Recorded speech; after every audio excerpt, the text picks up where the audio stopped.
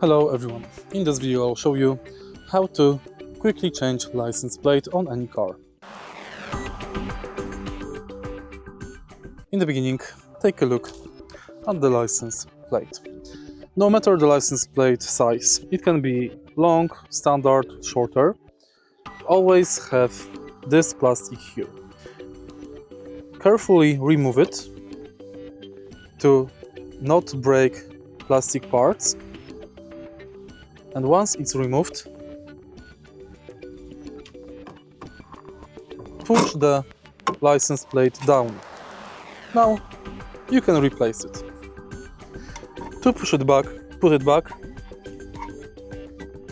place it in place from one side, bend it a little bit so it goes into the other side, push it in and push it up. In the end, don't forget to install the plastic cover. If you find this video helpful, please leave like, comment and subscribe.